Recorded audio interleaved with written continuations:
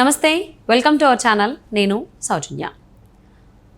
ఎన్నికల వేళ వైసీపీకి దెబ్బ మీద దెబ్బ తగులుతూనే ఉంది. ఇప్పుడు హైకోర్టు నుంచి కూడా వైసీపీకి ఒక ఎదురు దెబ్బ తగిలిందని చెప్పుకోవాలి. సో ఎవరైతే టీడీపీ సానుభూతిపరుల కుటుంబాలు ఉన్నాయో, గ్రామ బహిష్కరణ జరిగిందో గత కొన్ని సంవత్సరాల క్రితం, వారికి అనుకూలంగా ఆంధ్రప్రదేశ్ హైకోర్టు తీర్పు ఇవ్వడం జరిగింది. ఈ అంశం గురించి వారి అభిప్రాయాన్ని మనతో పంచుకోవడానికి ఈరోజు మనతో పాటు ఉన్నారు టీడీపీ స్పోక్స్ పర్సన్ సూర్యదేవర్ లత గారు ఉన్నారు. వారితో మాట్లాడదాం. నమస్తే లత గారు. నమస్తే సౌజన్య. సో ఒకానొక టైంలో గ్రామ బహిష్కరణ జరగడం జరిగింది. ఆల్మోస్ట్ 80 కుటుంబాలనే చెప్పుకోవాలి.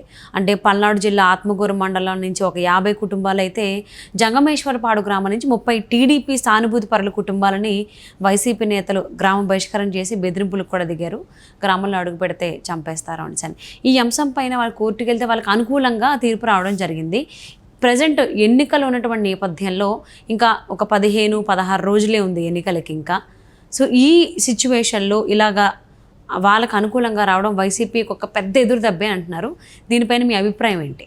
అంటే ఎప్పుడైతే జగన్మోహన్ రెడ్డి ఎలక్షన్లో గెలవటం కానివ్వండి, సో సీఎంగా ప్రమాణ స్వీకారం జరిగిన వెంటనే తెలుగుదేశంకి సింపతి పరులైన, ఎవరినైనా సానుభూతి పరులైన అందరినీ కూడా హింసించటం, కొట్టడం, దాడులు చేయటం, సార్ వాళ్ళ పొలాల్లో ఉన్న నిమ్మ తోటలు లాంటి వాటిని కూడా నరికేయటం కానివ్వండి, అంటే పండ్ల తోటలు కూడా అంటే నరికేసేసేవాళ్ళు పొలాల్లో. అంటే మొత్తం ఏ పంటలైనా కానీ నాశనం చేయడమే, వరి కుప్పలు తగలబెట్టడం కానీ ఇట్లాంటి దుర్మార్గపు పనులన్నీ కూడా చేయటం జరిగింది. సరే, అప్పుడు కొన్ని గ్రామాలలో కూడా ఎంత ఘోరం అయితే మనం ఎప్పుడో రాజుల కాలంలో వినుంటాం. అంటే దోపిడీ దొంగలు వచ్చినా కూడా దోచుకోవటమే కానివ్వండి, ఇంకోటి వాళ్ళని గ్రామ బహిష్కరణలు అనేటమే కానివ్వండి. కానీ గ్రామ బహిష్కరణ చేసినా కూడా ఏదో ఒకళ్ళు ఆ ఊరు పంచాయతీలో ఏదైనా తీర్పు చెప్పితే ఏదో ఒక కుటుంబానికి ఉండేది. ఇక్కడ అలా కాదు. గ్రామ బహిష్కరణ అంటే తెలుగుదేశం సానుభూతి పరులను అందరినీ కూడా ఆ ఊర్లో నుంచి తరిమేయటం. అంటే పల్నాడు జిల్లాలో ఆత్మకూరు 50 కుటుంబాలని, సో వాళ్ళు మొత్తం గ్రామ బహిష్కరణ చేయటం. అదేలాగా జంగమేశ్వరపాడులో 30 కుటుంబాలని, సో వీళ్ళందరినీ కూడా గ్రామ బహిష్కరణ చేస్తే వాళ్ళందరూ తలదాచుకోవటం, పక్క ఊర్లు వెళ్ళిపోయో, పక్క రాష్ట్రాలు వెళ్ళిపోయో వాళ్ళు తలదాచుకోవటం జరిగింది. అంటే ఉన్న పలానా ఆ కుటుంబాలని గ్రామ బహిష్కరణ చేస్తే వాళ్ళ ఆస్తులు, వాళ్ళ ఇల్లు వాకిళ్ళు ఇవన్నీ ఏమవుతాయి? వాళ్ళ పొలాలే కానివ్వండి, వాళ్ళ అక్కడ పశు సంపదే కానివ్వండి, ఇలాంటివన్నీ ఉంటాయి కదా. సో ఇవన్నీ కూడా ఏం చేస్తారు? అలా వదిలేసి ఉన్న పళంగా వెళ్ళిపోవాల్సి వస్తే కొట్టడం, వాళ్ళని ఇంకా అక్కడి నుంచి తరిమేశారు అనమాట లిటరల్గా. సరే, వీళ్ళందరూ కూడా పక్క ఊర్లకు వెళ్ళటం, తల దాచుకోవటం కానివ్వండి, తర్వాత పక్క రాష్ట్రాలకు వెళ్ళి బతుకుతూ ఈ 5 సంవత్సరాలు కోర్టులో కేసు వేయటం జరిగింది. హైకోర్టులో వెళ్ళారు. కేసు వేస్తే ఈ 5 సంవత్సరాలు పాపం పోరాడారు. ఇప్పుడు వాళ్ళకి విజయం వచ్చింది.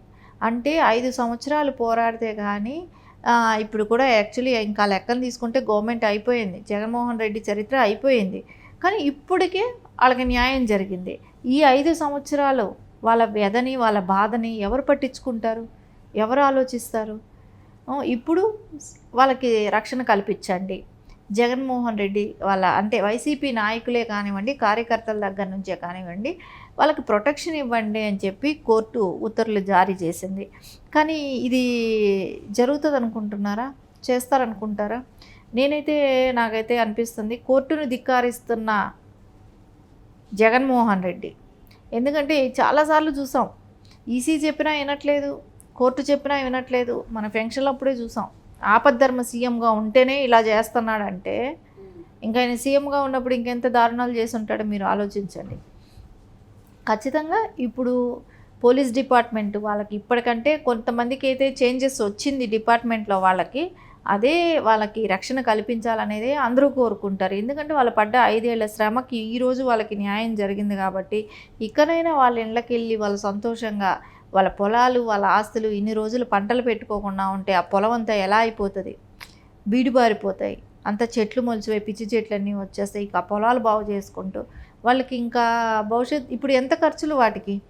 ఆ పొలం బాగు చేసుకోవాలన్న ఎంత ఖర్చులు? వీటికన్నిటికీ కూడా ఖర్చులు ఎవరు భరిస్తారు?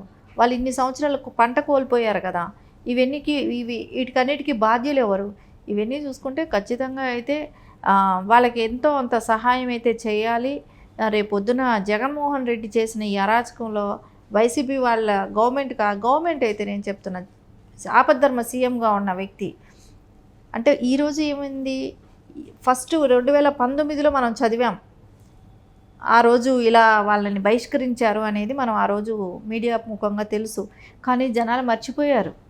5 ఏళ్లలో అది కనుమరుగైపోయింది. కానీ ఎలక్షన్ బిఫోర్ చూసారా, అది మళ్ళా ఇప్పుడు కేసు గెలిచేటప్పుడు దాని గురించి ఒక చర్చ అంటూ వస్తుంది. అంటే నిజం ఎప్పుడు నిలకడ మీద తెలుస్తుంది. కరెక్ట్గా వాళ్ళని ఆ రోజైతే ఎంత కష్టపెట్టావో ఈ రోజు నీ చరిత్ర కంప్లీట్ చేయడానికే వాళ్ళకి గృహాలే కానివ్వండి, వాళ్ళ ఊర్లకే వెళ్ళటమే కానీ, వాళ్ళ ఓటు హక్కు వినియోగించుకునే అవకాశం కూడా వాళ్ళ ఊరు వెళ్ళే వాళ్ళు ఓటేస్తారనేది కూడా ఇప్పుడు తెలుస్తుంది. అవును. సో అంటే కరెక్ట్గా ఎన్నికలకి ఇంకా 10-15 రోజులు, ఆల్మోస్ట్ 15 రోజుల పైనే, ఒక 16-17 రోజులు ఉంది. ఈ టైంలో అంటే ఎవరైతే సానుభూతి పరులు ఉన్నారో టీడీపీకి సంబంధించి 80 కుటుంబాలు, వాళ్ళందరినీ కూడా వైసీపీకి దెబ్బ మీద దెబ్బలు, ఇది ఇంకో దెబ్బ అనుకోవచ్చా ఇప్పుడున్న సిచ్యువేషన్లో? ఇది ఖచ్చితంగా దెబ్బే అవుతుంది తెలుసా. ఎందుకంటే 2019 విషయాలు కొంతమంది మర్చిపోయి ఉండొచ్చు. సో కరెక్ట్గా ఎలక్షన్ బిఫోరు ఇది జడ్జిమెంట్ రావడంతో ఇప్పుడు అందరూ దీని గురించి చర్చించుకునే అవకాశం కనపడుతుంది. కాబట్టి ఖచ్చితంగా ఇదైతే జగన్మోహన్ రెడ్డికి దెబ్బ ఇక్కడ నుంచి ఆయనకి స్టార్ట్ అయినట్టే. ఎందుకంటే ఇక్కడ నుంచి ఏంటండి, గులకరాయి దగ్గర నుంచే కానీ ఆదిత్య ప్రతి చోట ఆయనకి రివర్సే జరుగుతుంది. అది ఆయన గ్రహించట్లేదు. ఇంకా కూడా నేను చెప్పినట్టే అధికారులు వింటున్నారు, నేను చెప్పినట్టే చేయగలుగుతాననే ఒక ధీమాలో ఉన్నాడు. కానీ ఖచ్చితంగా ఇప్పుడు ఈరోజు జరిగింది అయితే మటుకు వాళ్ళకి న్యాయం జరిగిందని ఖచ్చితంగా అనిపిస్తుంది మనకు. సో అంటే ఇప్పుడు హైకోర్టు అయితే ఆదేశాలు ఇవ్వడం జరిగింది ఈసీకి, డీజీపీకి, ఎస్పీకి కూడా. బట్ పోలీసులు ఎవరైతే ఉన్నారో వాళ్ళు వైసీపీకే సపోర్ట్గా ఉన్నారు తప్ప అక్కడ ఉన్నటువంటి ప్రజలకు కాదనేటువంటి కామెంట్స్ కూడా గత కొన్ని రోజులుగా మనం వింటూనే ఉన్నాం. మరి ఇప్పుడు ఈ ఏపీ హైకోర్టు ఇచ్చినటువంటి ఆదేశాల ప్రకారం పోలీసులు పనిచేస్తారని చెప్పి అనుకోవచ్చు అంటారా? మీరేమనుకుంటున్నారు? ఖచ్చితంగా డీజీపీ అయితే ఇప్పటికీ కూడా జగన్మోహన్ రెడ్డి అనుచరుడుగానే ఉంటున్నాడు. మనం ఇంకా చూస్తున్నాం సజ్జల గారు వాళ్ళంతా ఎలా ఉన్నారంటే, వాళ్ళు గవర్నమెంట్ సొమ్ము తింటూ రాజకీయాలు మాట్లాడకపోయినా సజ్జల గారు లాంటి వాళ్ళు రాజకీయాలు చేస్తున్నారు. సో గవర్నమెంట్ సొమ్ము తింటున్న ఇంటెలిజెన్స్ చీఫ్ కానివ్వండి, అందరూ కూడా గవర్నమెంట్ జీతాలు తీసుకుంటూ పొలిటికల్ పార్టీకి తొత్తుల్లాగా ఉండటం కూడా, జగన్మోహన్ రెడ్డికి తొత్తుల్లాగా ఉండటమే వాళ్ళందరూ కనపడుతుంది. ఖచ్చితంగా అక్కడి నుంచి మార్పు వస్తే వీళ్ళందరికీ కొంచెం సేఫ్ ఉంటుంది. కానీ ఏదేమైనా కోర్టు డైరెక్షన్ ధిక్కారం చేయలేరు కాబట్టి కొంచెం సేఫ్ సైడే అని ఆలోచించాలి. కానీ కొంచెం అధికారుల్లో కూడా, అంటే ఉన్నతాధికారుల్లో మార్పు రావాలి, కింద స్థాయి కాదు, ఎస్పీ క్యాడర్ కాదు, ఉన్నతాధికారుల్లో ఇంకా మార్పు రావాల్సిన అవసరం అయితే ఉంది. ఓకే. సో ఎట్టకేలకైతే ఇన్ని సంవత్సరాల తర్వాత టీడీపీ సానుభూతి పరుల కుటుంబాలు ఆల్మోస్ట్ 80 కుటుంబాలు ఉన్నాయి. వాటన్నిటినీ కూడా ఇప్పుడు వాళ్ళ సొంత గ్రామాలకు వెళ్ళేటువంటి సౌలభ్యం కల్పించినందుకు వాళ్ళందరూ నిజంగానే సంతోషంగానే ఉన్నారు.